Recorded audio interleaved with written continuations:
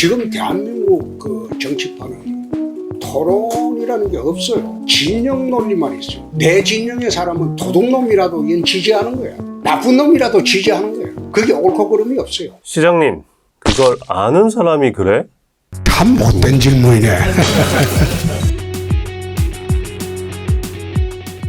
안녕하십니까. 주간홍준표 뉴스민의 못된 질문 38번째 시간 시작하도록 하겠습니다. 저는 뉴스민 이상원 기자입니다. 반갑습니다. 오늘은 우리 시장님이 토론하면 좋은 친구인지 토론하기 싫은 친구인지를 한번 따져보는 시간을 가져볼까 합니다.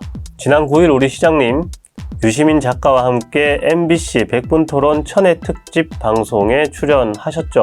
그 특집 방송의 제목이 토론하면 좋은 친구였는데요. 정치권 대표적 농객으로 알려진 두 분이 출연해서 토론이란 무엇인가에 대해서도 이야기를 나누고 토론 없는 현 정국에 대해서도 이야기를 나눴습니다.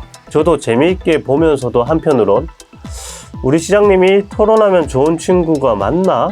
하는 근원적인 물음도 가져봤습니다. 왜 그런 물음을 가졌는지 하나하나 따져보겠습니다. 우선 방송이 있고 다음 주 화요일 우리 시장님 시청 기자실을 찾아서 앞서 들려드렸던 그 발언을 하셨습니다.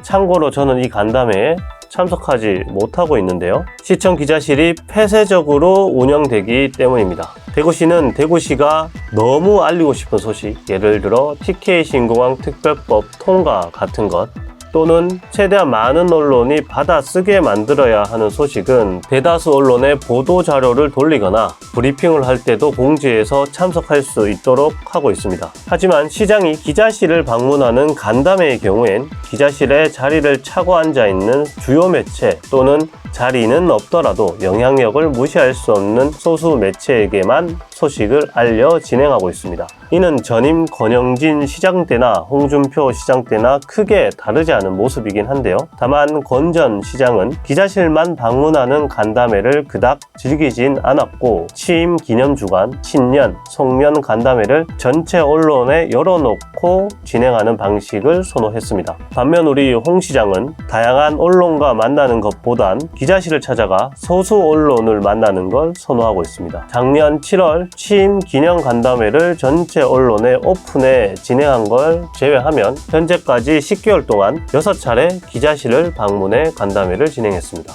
구체적으로 이런 내용을 설명하는 이유는 개인적으로는 이런 행태가 이른바 홍 시장의 토론 방식을 알 수 있는 척도라고 생각하기 때문입니다. 시장 후보 시절과 비교해서 보면 시장이 된 후 홍 시장은 자신과 시민 또는 언론 사이에 벽을 세워두는 모습을 보이고 있습니다. 후보 시절엔 개인 유튜버들에게까지 열려있던 기자 간담회는 시장이 된 후 특정한 언론에만 공개되는 형태로 바뀌었습니다. 권 시장 때는 전체에게 공개된 송년, 신년 기자 간담회도 소수의 언론과 진행하는 형태였습니다. 저는 나중에 공개되는 영상을 보고 당시 대화 내용을 팔로우하고 있는데요. 참 화기애애한 대화의 모습을 보면 부럽기도 합니다.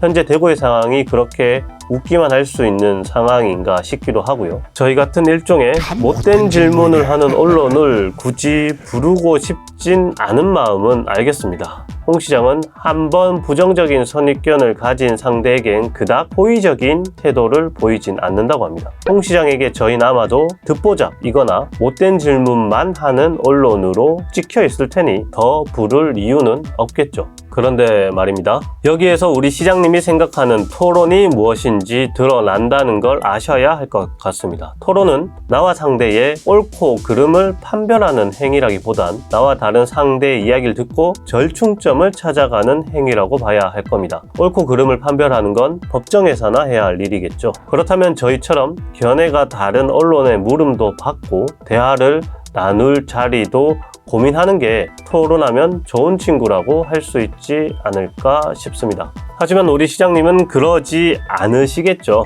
당장 앞서 들려드린 우리 시장님의 발언에서 드러난 것처럼 우리 시장님은 토론을 옳고 그른 걸 판별하는 행위로 이해하고 있으니까요. 본인의 말이 전적으로 옳다는 확신에 차 있는 우리 시장님 입장에선 다른 의견이란 그저 그른 것에 불과할 뿐일 겁니다. 사실 우리 시장님의 그러한 입장은 이미 지금까지 충분히 겪어 알고 있습니다. 기자들의 질문이 틀렸다고 면박을 주거나 질문 질문과는 상관없는 매체의 성향을 꼬집고 매체의 이름을 조롱하는 듯한 모습을 보이기도 했죠. 시의원들과의 대화에서도 그런 모습을 보였습니다. 두 사람의 대화가 평행선을 달리면 그 이유를 찾아서 해결해야 할 텐데 그냥 나는 다 아는데 너는 몰라 그렇다는 태도를 견지해 왔습니다. 불편하게 묻고 불편한 주장을 하는 시의원을 겨냥해선 자동차 학원이나 하지라며 비하하다가 문제가 되면 농담이라고 뭉칩니다. 시장님의 진영 안에 있는 사람들이나 웃을 수 있는 농담이겠죠.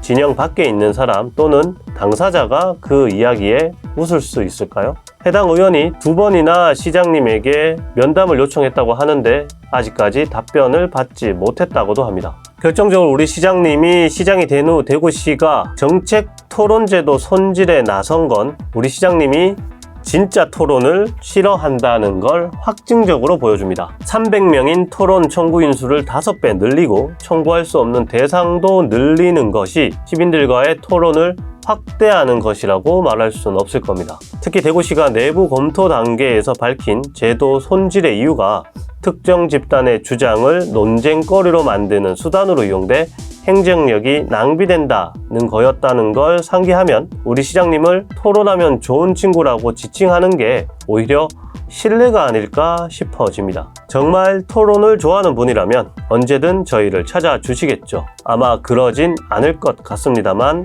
저희가 토론을 좋아하니까요. 언제든 찾아가도록 하겠습니다. 이상으로 주간 홍준표 뉴스민의 못된 질문 마무리하도록 하겠습니다. 감사합니다.